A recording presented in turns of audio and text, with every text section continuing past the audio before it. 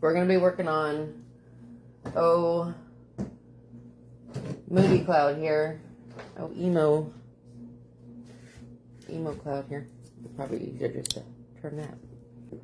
But today what we're going to do is I'm going to add some different purples in.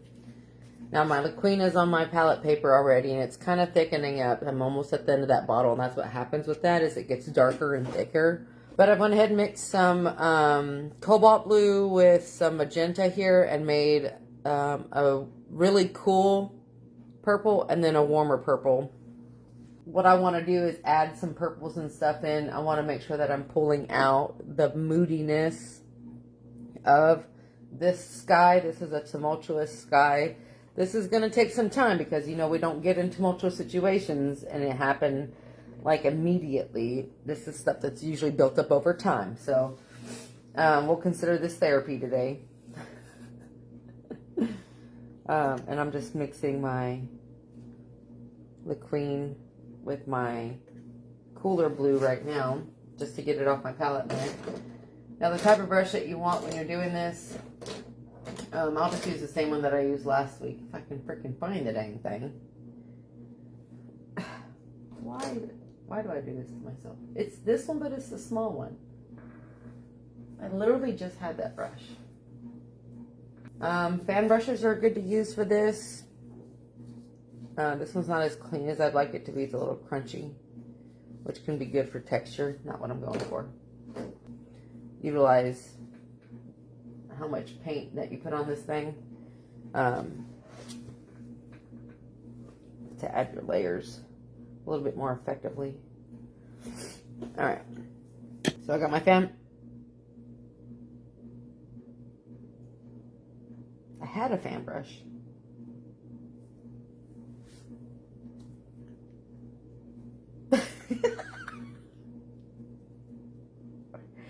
Whatever, I'm still painting. So if this falls off, first I'm just going to hold it down here. I'll have to add glue to it later. Okay, so I'm going to go in where I've got my dark layers here. And I'm going to add some of this purple paint. And so we're going to go in like this. Oh my gosh. Don't fret it. Don't die, Cedric.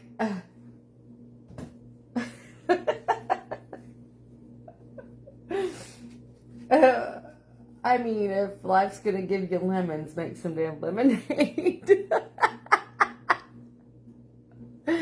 Oh, I wish I could put it on my pinky. That would be fun as hell. Like bugles, you know? It's like...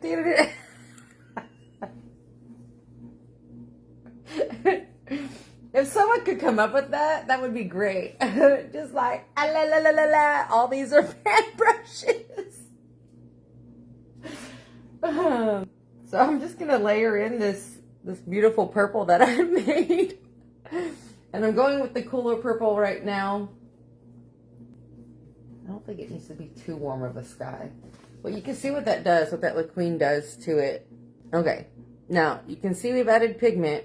And it's making it darker.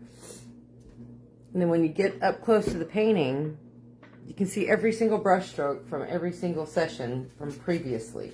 Conceptually, this is about a tumultuous sky. It's about tumultuous feelings. It's about having like negative thoughts or crippling anxiety, right? All the thoughts in our head.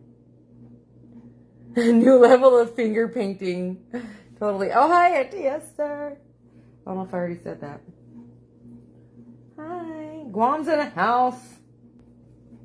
More than one person can relate to looking at the sky. There's all the science behind skycology, they call it.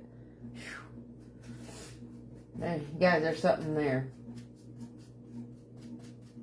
And I'll go to my grave trying to paint it. But you can see what adding cool and warm temperature colors does. Because I've added a cool and a warm purple to a very Prussian blue sky. And the layers here is what's working its magic, right? Because now we're getting so much more formation. There's so much more complexity to it. And with every little miniature brush stroke, I'm going to wood glue it back in there. I'm going to use it again. But with every little bit that we do and we add to it, it just brings up more complexity, you know? I'm getting into this warmer purple now. And we're layering, so I don't want to cover up too much. I'm just trying to add some of this pigment. And a fan brush is really good for this. Like I said, it's because it already is, it does have a rounded edge to it like that. But it's going to allow for really nice layered brush strokes that you can go back in and continue to work over top of and incorporate. And you can see what it's adding to the painting. Man, I'm gonna have to throw this away. All right, someone's got to buy some paintings at some point because I need to get some different brushes. So I kind of want to go in and show you how you can use the same concept with the layering with fine detailing that's adding so much to a painting that nobody's going to recognize except for you, the creator, and maybe the person that's commissioned it, if you explain to them in detail what you've done. What I like is leaving Easter eggs, you know, like if I do a portrait, you know, I'll try to find something of that person that is personal and try to incorporate that like a little Easter egg in the painting. I'm not very good at it, but I try. So in this one, I think that, you know, if I can incorporate something, then maybe you guys can try to find it. But when you're doing fine detailing with the Slick Queen, you just load up your paintbrush like you normally would.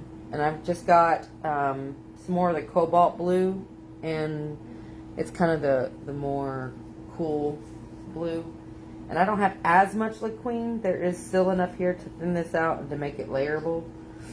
But you can see all the fine lines that are in there and all that I'm going to do. And it's so interesting to see what you see all the way up on a painting and pulled back. You know what I mean? There's just so much complexity that you can add. So I'm going to go in where I have some really dark spots and just kind of add some of this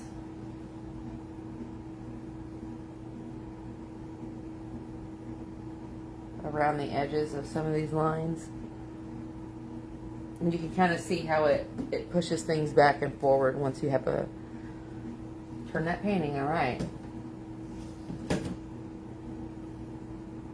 you can see the game of push and pull when you start adding these little lines that are still translucent because we're still using the Liqueen, but they're a little bit more opaque than what we brushed on with our broken ass fan brush. But now you can really see a tumultuous sky, right? Like you can really see that there's some craziness going on here. Some kind of storm cell brewing, right?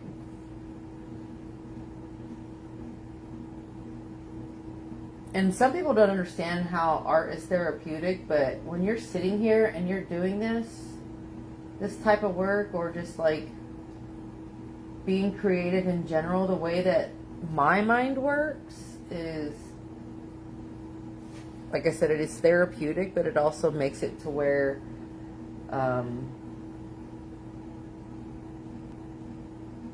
I can make things genuine to my feelings on canvas. Like I can make it to where when I get in and I focus on a painting like this, where like what I'm feeling is actually coming out on the canvas in shape and color. So it's definitely therapeutic. I think that with everything going on in the world, everybody should try to make time for some kind of creation.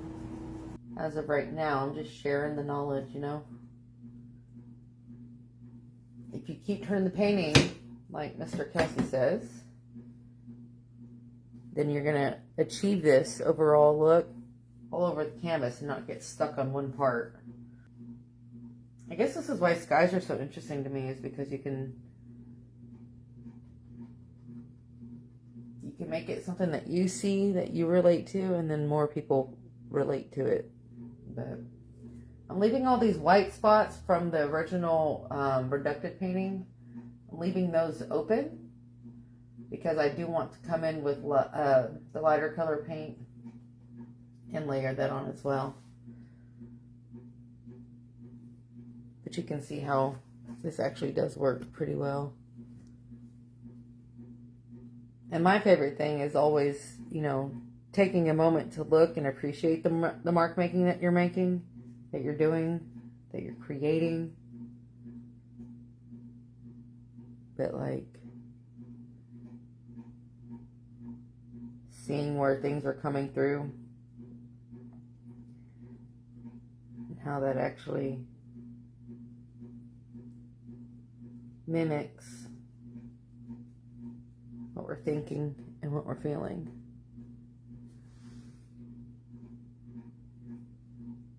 Pretty cool. I mean, it looks pretty cool in the camera, guys. I don't know what it looks like for you. In person, it's even way cooler. I know that this light has adds this like glare to it, but when you go to a museum and you see a painting like that, you don't just stand away from it. You get up close to it. You gotta check and see where the lines are and how many layers of clouds we have in there, right? So that's what's going to make these cloud paintings, I guess, stand out, where you guys know that it's something that I've created, is because I'm going to take my time with it. Because I want you to step back and to see